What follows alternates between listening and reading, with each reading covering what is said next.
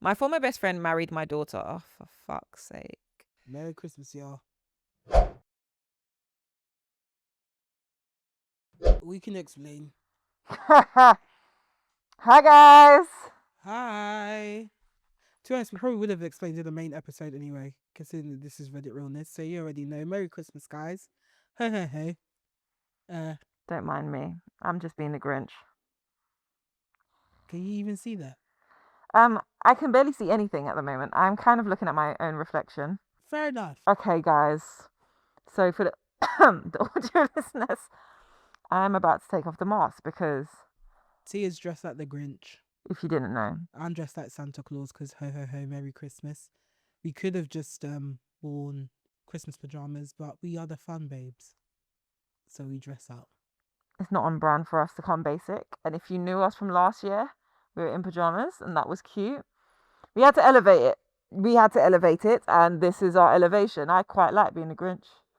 It makes me happy, but hey ho. It sounds like your breath would make it hot under there. It makes a nice hat. It does. It actually makes a nice hat. Wow. But guys, welcome. Happy Monday. Hopefully it's the first Monday of your freedom and you're somewhat tipsy whilst listening to this. Or at Oh, least yeah. drinking some milled wine or Milled milled wine or eggnog. I'm gonna get some lip gloss. Or rum punch or sorrel. Oh. Or super malt, which I probably will be doing. Guys, we're back. Obviously, I took off the mask and then we needed to reset a bit because I already don't have lip liner. I've lost my lip liner. I would give you a chestnut, but you know, your lips have been places. Anyway, guys, we don't need to put fake meetings in our calendars because we're actually on what? Annual leave. Merry Christmas, y'all. But who's reading today? I'm guessing it's me. I think it's you. Also, I didn't have coffee before coming here and I now realise that was a mistake. Oh, every day we're tired. They're going to start cussing us soon. Can I say that most people are residually tired? That is actually most people our age. Yeah, like, because there's no time to rest. Even this small Christmas, this little Christmas that they gave us, we're still being worked until the very... To the bone. Until Jesus is crowning. Until the time he was crowning. Words. They're taking every little bit they can get from us, sucking us dry. I keep saying to you, this year is the payback for all the previous years where everyone went on holiday early. The thing is, people are still gone. There's people that didn't give a damn. They're out of office. It's been on. Bye. Right. Guys, are you ready? Let's get into some gist. Right. My former best friend married my daughter. Oh, for fuck's sake. Merry Christmas, y'all. My now former best friend, since as far back as I could remember, is a lawyer and he owns a big law firm. My oldest daughter, who's now 26, became a lawyer herself and I got her an internship and eventually a job at his law firm, which I now heavily regret. He's been widowed for over a decade and I didn't think anything of it. After all, he was my best friend and I thought he'd take a bullet for me and I would have done the same. And she was my daughter who he watched grow as a baby and actually came and visited us in the hospital when she was born. They eventually started dating and I only found out after they got engaged last year. I was fucking pissed. She was 25 and he was 54 and she was my fucking daughter. We had a huge fight and she moved in with him in his house. They married this past August and I, of course, wasn't invited to the wedding. I was his best man at his first one and he's now remarried my damn daughter. And now I just found out she's pregnant with his kids. I'm fucking furious and hurt and there isn't anything I could do now. They're both adults and they're married now. I feel like a fucking failure of a father. I'm heavily considering disowning her and leaving her out of my will for this. I just needed to vent this out here. Don't disown her. Because she's going to need you. Trust me, that man's about to take her for a ride. She's going to have to look after him at some point. I just think it's very gross. Guys, just ignore me. Ignore what I'm currently. A wig? A wig is giving the Oompa Loompas. Oompa Loompa. This is a haircut. This is a haircut. Um, Cardi B would rock this. I'm pretty sure she rocked something similar the other day. Color and all. Loompa, Loompa. I could put my hoops in, It's and then giving Oasis. we've got a vibe going. Actually, let's see. Right. I'm gonna do this while I'm chatting. I don't think disown her because I think she's seen a man of money and someone that's looked after her, and she's felt like this is someone she feels safe with, and kind of used it as like, sometimes when you're young, you get the idea of love and security mixed up. Yeah, I hear that, but then the dad is saying that he's thinking of writing it out of the will. For you to have a will means you got something to leave. So I don't think money is their problem. It could be. Because if you write someone out the will, like you can, like poor people have wills. You have an asset. Well, you have an asset. You need the asset in order to have a will. Yeah. But that doesn't mean they're rich. You got something. Yeah, but I'm in comparison. And also for him to be best friends with him, I'm assuming they're from the same like circle.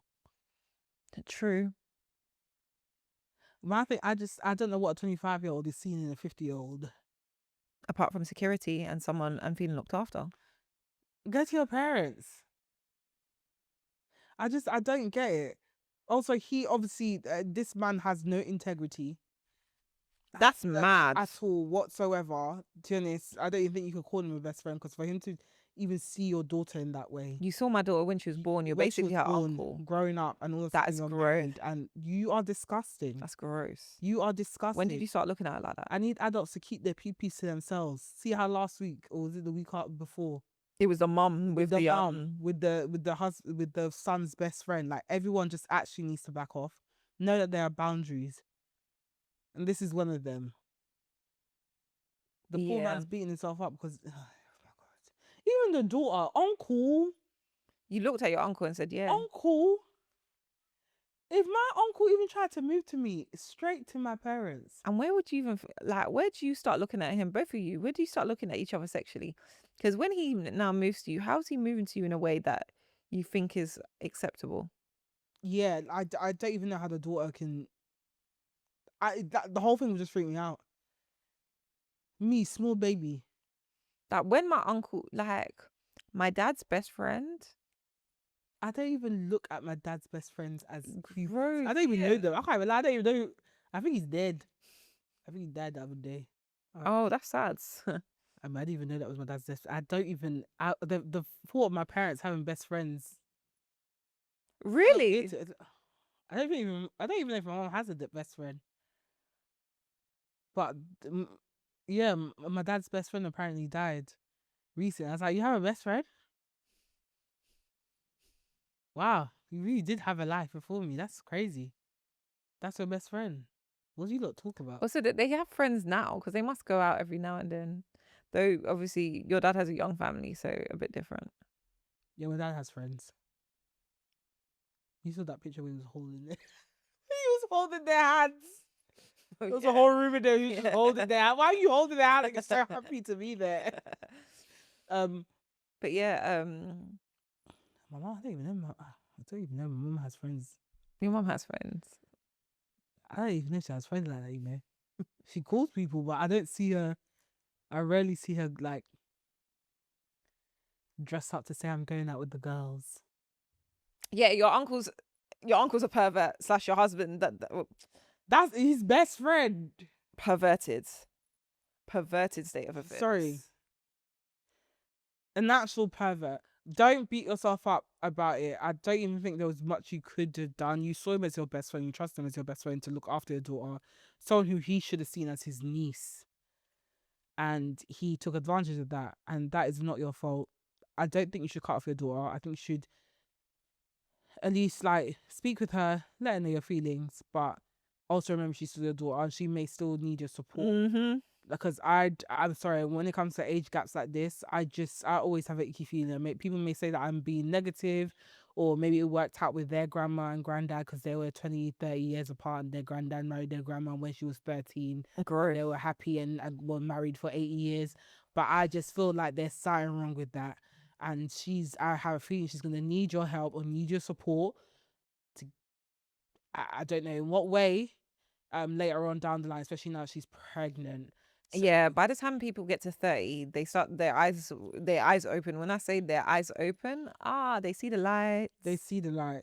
And when men go for women who are significantly younger than them, I always assume that it's because it's an element of control that feels It's a bit power. groomy. And again, I may be wrong, but from what I've seen and what I know, it feels like a power move. So I would say don't cut her off.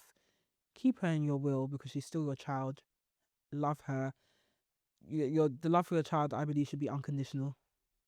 And also, you got to remember, like, be mindful of her vulnerabilities. Like, everyone is still vulnerable at that age.